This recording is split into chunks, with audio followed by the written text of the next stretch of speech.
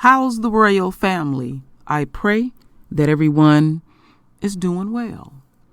Well, my royal family, I wanted to take a deeper look at how this coronavirus is affecting Africa and Africans and African Americans.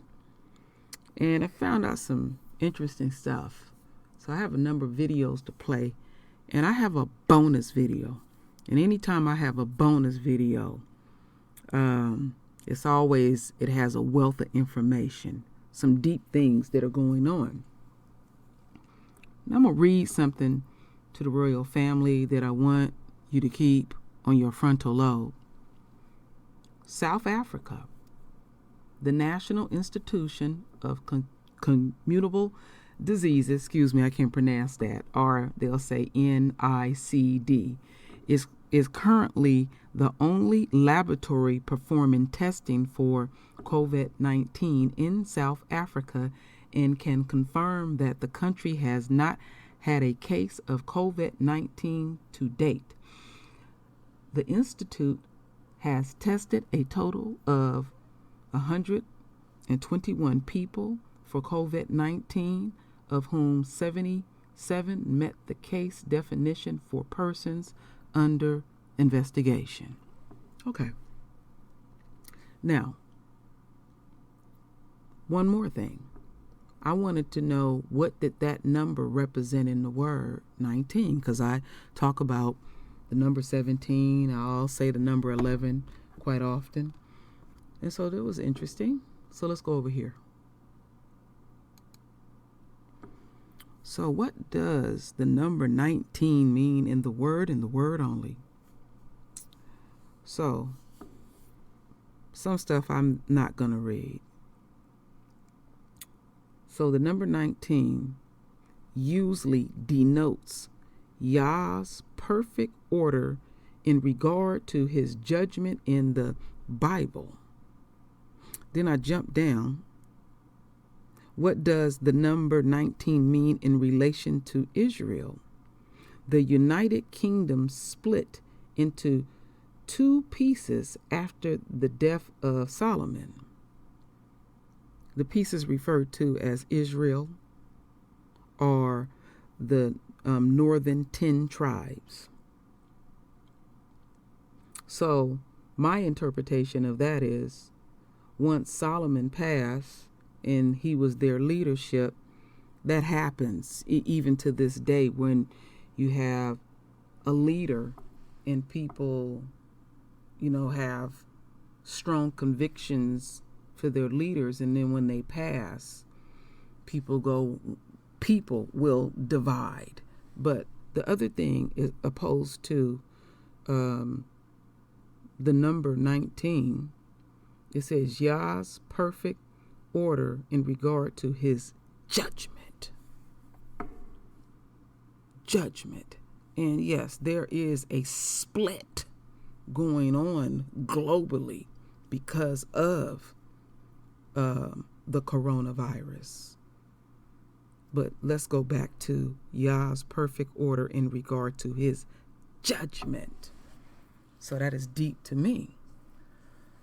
So as we continue on, my royal family, I'm going to take y'all on this journey.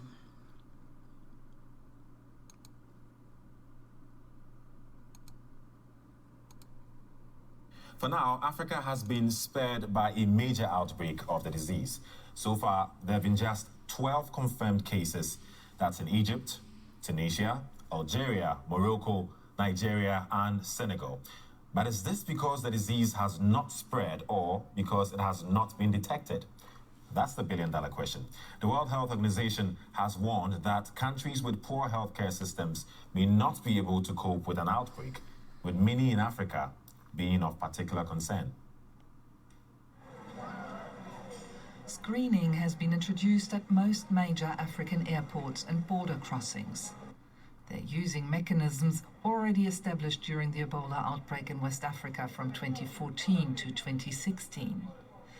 When it comes to the new coronavirus, health officials know early detection is vital if an epidemic is to be avoided. Even the airlines, normally if somebody's having a flu and cough, they always inform us and we pick them from the aircraft. But all the samples have been taken from them, they're all negative. So as we talk, in Uganda, we still don't have anybody with coronavirus. In Senegal, which has so far reported 2 confirmed cases, people are buying up sanitizers and masks. Some pharmacists say they're running short already. There's a certain panic, which, even though it doesn't look too serious for now, seems to be increasing. Airlines from many African countries have suspended flights to and from China. Now Kenya has also cancelled flights to and from northern Italy. Testing facilities on the continent have been increased, meaning by now most countries are able to test. The capacity of countries to address this outbreak has improved extremely in the last few months while we've been working with countries. However, as medical workers across major cities are preparing isolation wards at hospitals, their concern remains. Most African healthcare systems do not have the capacity to deal with a large-scale outbreak of coronavirus. Now, let's go have a quick chat with Dr. Mary Stephen with the WHO Regional Office for Africa in Brazzaville, Republic of Congo. Hello, Dr. Mary. Many thanks for your time. Now, Africa has recorded very few cases, but the international community is worried. Why? Okay, so as you are aware, the outbreak started in China and it has spread to different countries. And of course, Africa is also at risk because of the volume of travelers between Africa and all the affected areas. So the likelihood that there would be importation of cases into Africa is very high. And they might also be worried because of the fragility of the systems in Africa and also the population we have in Africa. But just to reassure the world that we are enhancing our level of preparedness in Africa so we can dictate the cases and also respond appropriately. Okay, now still about 14 African countries do not have testing equipment for coronavirus. That obviously is a challenge. How prepared are we? You are right. So we have right now 34 countries that have the capacity to test. And the remaining countries, we are helping them to prepare and enhance their capacity to confirm COVID-19. But for those that do not currently have the capacity for testing, we are encouraging them to send, if they have a suspected case, to send their samples to their neighboring countries. And also they can send the samples to the reference laboratories in South Africa and Institut Pasteur in Dakar. So in terms of preparedness, at the beginning of the outbreak, we have assessed the capacities of all the 47 countries that fall under the WHO Regional Office for Africa. So we pretty much know the capacities that the countries have. Okay. And we are helping them to enhance capacities in places where they have some weaknesses. So we have already deployed experts to some of these countries and they are helping them. We will repeat the assessment again to see how far they have progressed in terms of addressing those areas. So clearly there's a lot going on. Okay, then now let's get a bit practical here. A lot of people are panicking. We see that all the time. People are wearing face masks here and there. Hand sanitizers have run out. So give us 3 major points for individuals how they can prevent themselves from contacting the virus. To prevent oneself from contacting coronavirus, first of all, we talk about social distancing. So you stay 1 to 2 meters away, and also regular hand washing with soap and water, or we use hand sanitizers to make sure that our hands are clean. And also if one is coughing, the appropriate use of coughing etiquette. So cover your nose with tissue and properly dispose it afterwards, or use the elbow to cough so that we prevent spread of aerosols to people that are sitting around us. Okay, I'll tell you what, I'm going to wash my hands and use a hand sanitizer right after this interview. Is that okay? Yes, you are ready to go. Okay, I'm ready to go. Thank you very much, Dr. Mary Steven with the WHO Regional Office for Africa in Brazzaville. Many thanks for your time. All right, my royal family. Well, I found something quite interesting here. So, what country is this? Okay, Rwanda. Now look at what they're doing over in Rwanda. They have these portable sinks, and this is at what they call a bus park. They have to wash their hands before getting onto the bus. Rwanda has recorded no cases of the epidemic, but the country has stepped up vigilance. So let's see. I don't know if I can blow that. I don't think I can blow this one up. Let me see if I can. I just really wanted y'all to see this. Okay, you want to act ugly, huh? Let me refresh that. Oh, there it is. Let's refresh that. Okay, let me open that up. We don't need to hear nothing, but look at that. Now, these are what Trump referred to as shithole countries and all that kind of stuff. Or they'll refer to these countries as third world countries. You can see so far things look quite clean, what we see from there. And, I like when I see things like that. So our folks, based on my research, are being quite proactive. So now let's come back to America, and then we're going to go back. The bonus video, we're going to go back to Akibalan. So I want y'all to listen to this doctor, this sister, is saying some deep stuff, and we need to listen to it.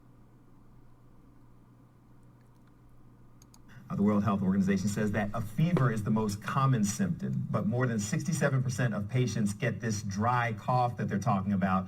Other symptoms include shortness of breath, sore throat, and a headache. Dr. Jen, we were just talking to, Dr. Jen Cardle is here to explain more. And we thank you for coming in, because you've been all over this. It's been busy, and I think a lot of doctors throughout the country, we're all very busy talking about this. But you know what? It's better that than the alternative. This is our chance to get out important, evidence-based, accurate health information. It matters. It's the best way to combat the panic, right? It really, really is. Is that you want people who, kind of understand what's happening to the best that we can understand it, talking about it. So I appreciate the opportunity to be able to go on and talk about this as much as possible. So part of the confusion, and I keep hearing this, is that the symptoms are so similar to things that many would experience anyway. Yeah. So how do you kind of tell that difference? Well, that's actually true, and we also know that 80% of coronavirus cases are mild, and so we're hearing that people may have coronavirus and not even realize that that's what they have. But we think of the classic symptoms of the COVID-19, the particular strain of coronavirus we're talking about, as being fever, cough, and shortness of breath. We know that can get worse and turn into things like pneumonia and respiratory failure and things like that. Of course, that's in a rare number of cases, but it does happen, and obviously that's what we're worried about. However, to your point, Bill, yes, some people do have other symptoms like a little stuffy, runny nose and may feel like they have a cold. So one of the things that the World Health Organization points out with coronavirus is that the cough, this COVID-19, the cough tends to be dry as opposed to a wet cough. And we can certainly talk more about that, but that's one of the things. It doesn't necessarily say if you have a dry cough, you have coronavirus, but it's something that it's a particular hallmark. So we can all hear that, and I think I have an idea of what a dry cough would be. But what should we be looking for to kind of define it? Absolutely. And so we think about cough in two different ways, dry cough versus wet cough. And once again, I do want to stress that just because you have a dry cough doesn't mean you have coronavirus. And if you don't have a dry cough, it doesn't mean you don't have it. So I just got to be very clear. But we were corresponding offline. You were asking about dry cough. Dry cough is that sort of like dry, like cough. There's no phlegm. There's no mucus. It's just like dry. Okay, if that makes sense. A wet cough is where you kind of hear things rattling in there. There's often mucus and maybe a little bit of wheezing. And wet coughs tend to be more in the case of pneumonias, flus, bronchitis, things like that. But sometimes postnasal drip can do it, and COPD as well. But dry coughs is sort of with nothing coming up. We think of actually irritation to the throat. Acid reflux can do it, medications, asthma, but even viral illnesses. And in this particular case, COVID-19, we know has kind of a dry cough more so than a wet cough. They said, in the World Health Organization, and you have said that the fever is an indicator as well. Well, it's a symptom, but it's not always necessarily there, okay? Okay. So when should you find out? Like, do you wait till you have these symptoms at the fever? When do you... This is what I would say. At this point, we know cases are increasing, and remember, just because you have any of these symptoms doesn't mean it's coronavirus.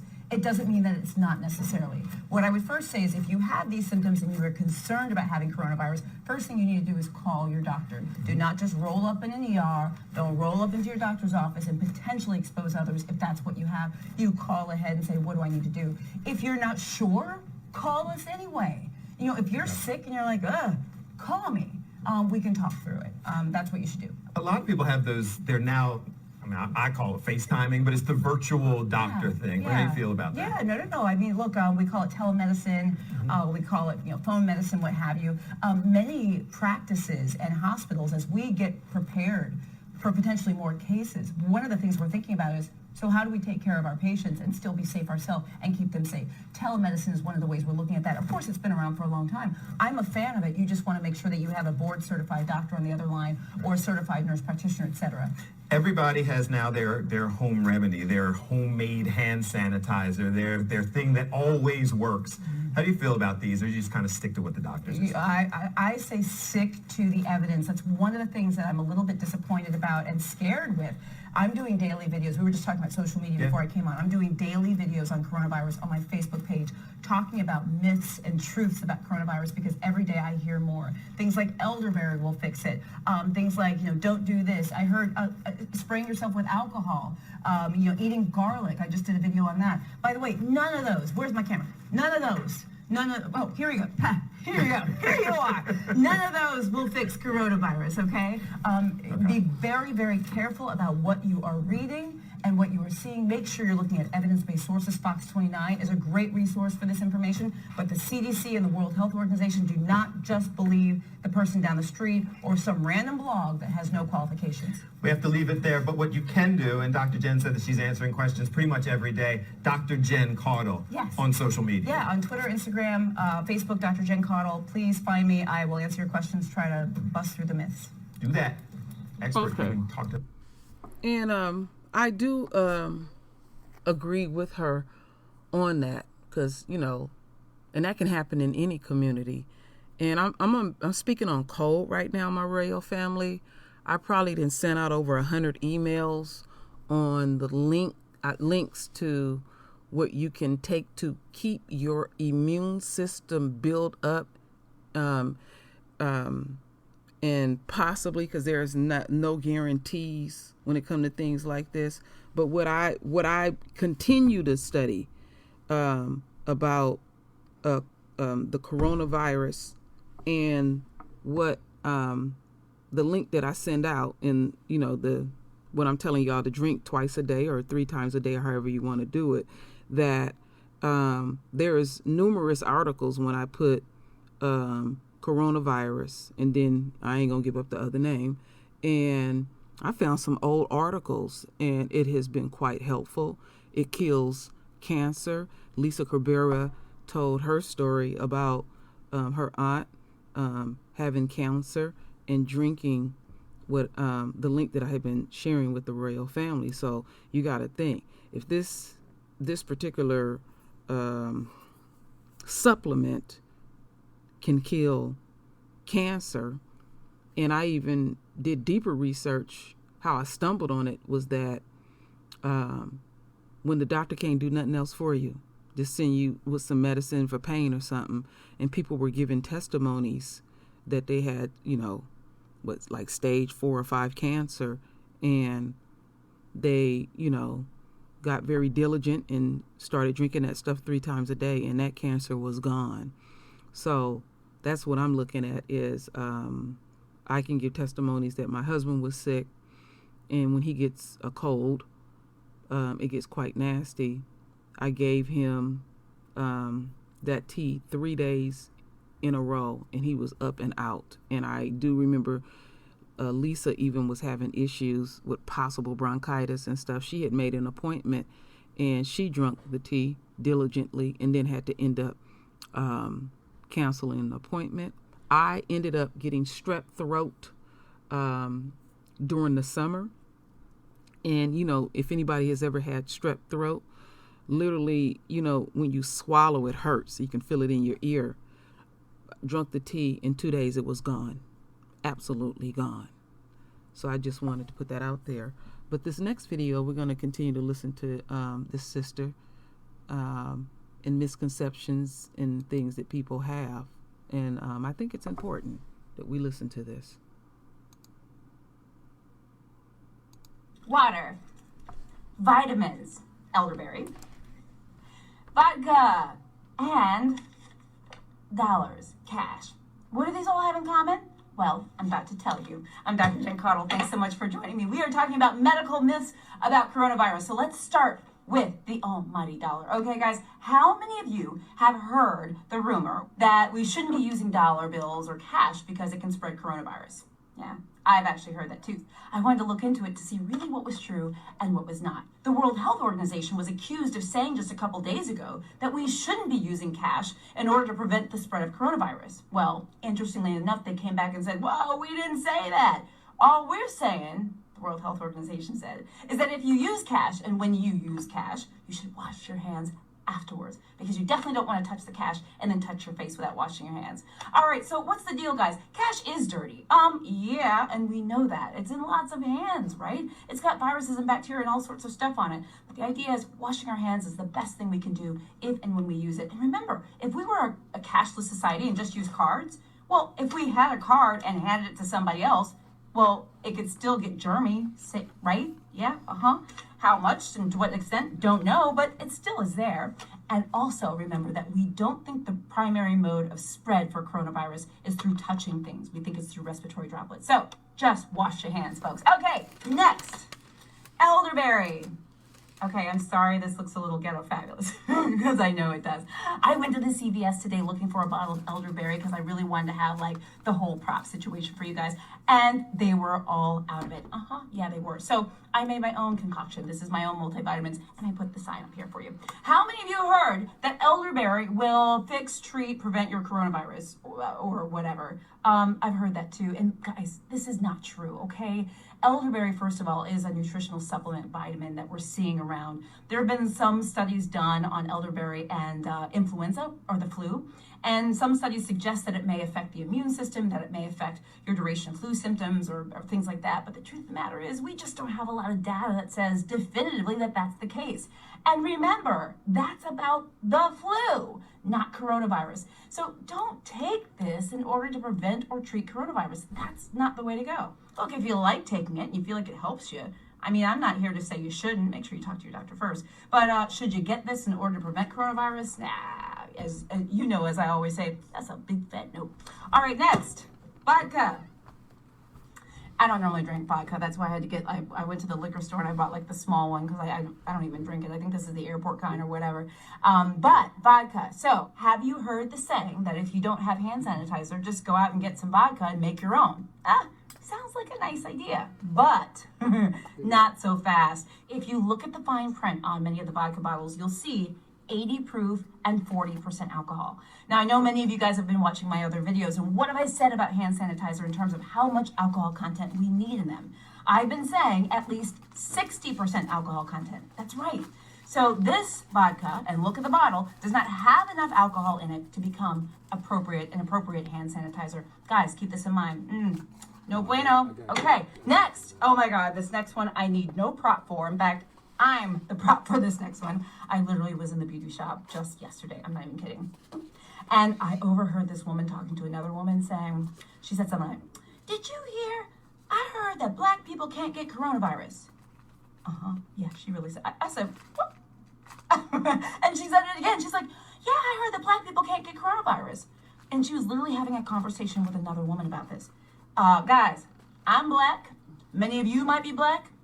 There is no evidence to say that black people cannot get coronavirus. This is a myth, okay? anyone can get coronavirus. Now, we know it mostly affects older people more seriously. It seems that younger people are spared or have milder disease. But guys, in terms of races, no, black people can get coronavirus, okay? That's a myth. Okay, and finally, water, okay? Water. Have you guys heard, and I saw this on Facebook, that if you drink water every 15 minutes, you can get rid of your coronavirus or prevent coronavirus, etc. Yeah, sorry, Charlie, that's not going to work. Drinking water is a good idea, though. But by the way, drinking water every 15 minutes can be a lot for some people. And remember, there are toxic doses of water. You can't just drink water forever. You could actually end up with hyponatremia, which is low sodium, and end up in the hospital from drinking too much water. So stop that, by the way. Just drink as much water as you need for you and your particular medical conditions. But drinking water every 15 minutes is not going to fix coronavirus. Anyway, guys, thank you guys for joining me. I hope this was helpful. All I'm right. Dr. Jen Cottle. Please make sure you like my page and check back daily. I've got... All right. Yeah, I did look through Dr. Jen's Facebook. I know some of us are still on Facebook. And let's go over here. Let's see, videos. She, and I will put the link. She's been putting up videos daily and misconceptions that some of our folks in our community may have about coronavirus. And that's important. I think it's very important for that. And so it was the things that I'd never even heard it, when I was researching it. I was like, oh, okay, so those misconceptions are going around. So now I'm going to get into this bonus video that was quite eye-opening to me. So it's an audio, It's an audio. So let's get this thing rolling. It's 4 minutes and 20 seconds. 80 million rand, the cost of evacuating South Africans from Wuhan in China. After significant deliberations, the government has decided to evacuate South Africans from Wuhan in China, the epicenter of the coronavirus outbreak. The evacuation and subsequent quarantine is estimated to cost 80 million rand. The government is expected to make an announcement about its plans to repatriate South Africans on Thursday. The Mail and Guardian understands from sources close to the discussions that the Justice, Crime Prevention and Security Cluster, which consists of Ministers Becky Kelly, Police, Ronald Lamola, Justice, Aaron Motsoaledi, Home Affairs, Nosiviwe Mapizan-Kakula, Defense, Ionda Dlodlo, State Security, and Tito Mboweni, Finance, has agreed to repatriate citizens from Wuhan and Hubei province, where COVID-19 broke out in January. There are 199 South Africans in Wuhan, of which 132 have asked to be evacuated and 13 have chosen not to leave, according to the Department of International Relations and Cooperation. A further 54 people are yet to be traced. The decision follows an interministerial subcommittee, the National Joint Operational and Intelligence Structure, NATJOINTS, offering two options: leave or stay, for South Africans in China, where COVID-19 has claimed more than 2,500 lives. According to confidential reports circulating among senior government officials, NATJOINTS has crafted a contingency plan and identified quarantine facilities for the returning citizens. The decision to repatriate is in the interest of South African citizens in Wuhan. Measures have been put in place to avoid the spread of the virus in the country, said a note seen by the M&G. The full cost of this, according to the reports, would be 80 million rand. A further consideration was the constitutional rights of South Africans in Wuhan. The government is legally obliged to support citizens who may be in mortal danger abroad. South Africa joined several other African countries, among them Egypt, Morocco, Tunisia, Algeria, Madagascar and Mauritius, who have repatriated their citizens. Last week the M&G reported that the government had considered either evacuating its citizens or leaving them in China. The evacuation option prompted concerns about South Africa's capacity to handle COVID-19 and the risk of an outbreak in the country. International Relations and Health Departments officials traveled to Bloemfontein to urge the parents of children studying in Wuhan to allow the Chinese authorities to look after them. International Relations Director of Consular Services, Chris Chetty, said China had better medical services to deal with COVID-19 and said no one would be brought back to South Africa. This angered many of the parents. The MNG has also reported that the International Relations Department had requested the South African National Defence Force to assist it with the evacuation. Defense Force officials visited Thaba and Chu and the Tempe military base near Bloemfontein to assess its suitability for purposes of quarantine and screening people for COVID-19. Parents of students in different parts of China have vowed to challenge the government if it doesn't evacuate their children. If the government says our children are not in danger, why not bring them back home? Why keep them with infected people if they don't pose any danger? We want to see, International Relations Minister Naledi Pandor and the President, said Sina Miketsi, mother of Musa Ramaru. I don't think there is anyone in their right minds who would want to remain in danger and locked in. Those kids are panicking there. This thing about them being safe and calm is a lie. The Chinese embassy in Pretoria has invited the parents of students in China to a discussion with the ambassador, Lin Songtain, next Tuesday. I am very happy to inform you that all the South African students in China are safe, without a single case of infection. The Chinese governments and the universities are giving priority to the safety of international students in China and have been doing all they can to guarantee their daily supplies during this difficult period, read the invitation from the embassy. Lin will give a brief about the situation in China, the measures taken against the virus and the progress achieved, including what has been done so far to provide for the needs of the students. All right. I wanted the royal family to hear that. It based on my research in Africa alone. They say there have been some cases of people that have gotten it, but they haven't said anybody have died from it. And now back here in America, they haven't showed any black people yet, and we haven't seen anyone at all. But trust and believe, if one of our own people get it, they're going to show that person. They're going to do that. They're going to do that. And I'll tell you something deep. I listened today, Congress was talking to the head doctor for the CDC here in America, and he said something very deep to me. And he repeated it more than once. He said this. He said that in this sequence, that there are a lot of people that go to Europe and bring the disease back to their community. Then he said, okay, we know that the coronavirus was based in Wuhan, but he didn't talk about them bringing it back. Then later on, he said, but I don't understand why the African American community overall is not being impacted by the coronavirus.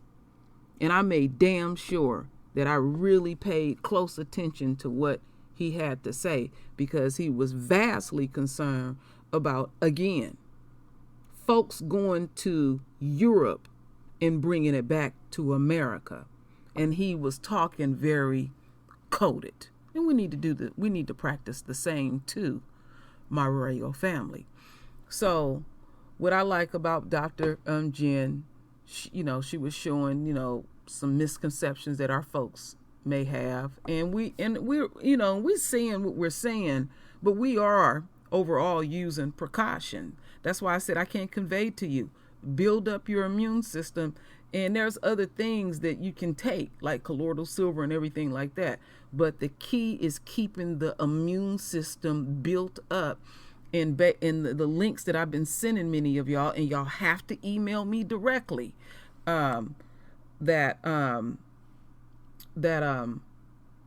is the first supplement that I ever seen in 3 days. If you are drinking it consistently, builds up your immune system. And then you take your other precautions about keeping your hand clean and all these things. So, they can't wait to start, attacking the third world countries, especially Akibalan. And based on what I have researched, and this article that we just heard the audio, I'm going to put that article only because there is more in that article to show you how prepared in some regions of Akiba line our folks are truly prepared. Because I was reading that in South Africa, they have already trained over 1,500 people that work in the medical field in getting geared up for whatever may hit. But the beautiful part about it, there's other things that are out there, so they just prepared in general. And then that's like I like in Rwanda, I wanted to show y'all that, you know, folks before they getting on the bus, they, you know, trying to wash their hands and do different things like that.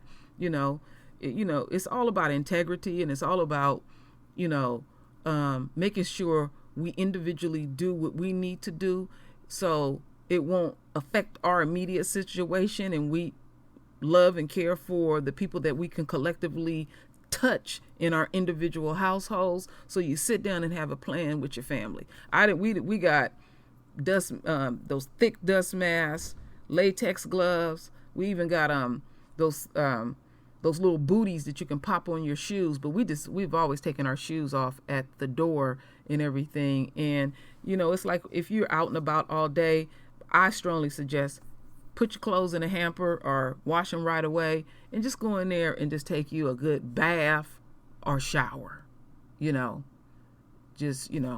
general.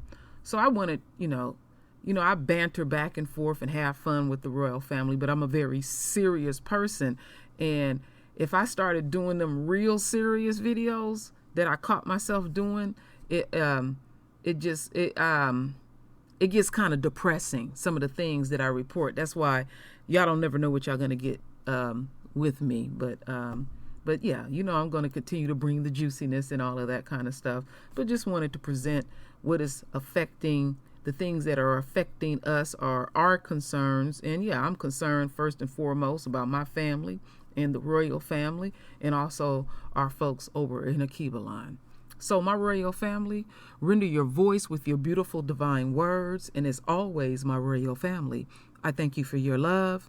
I thank you for your support. And with that said, Ashe.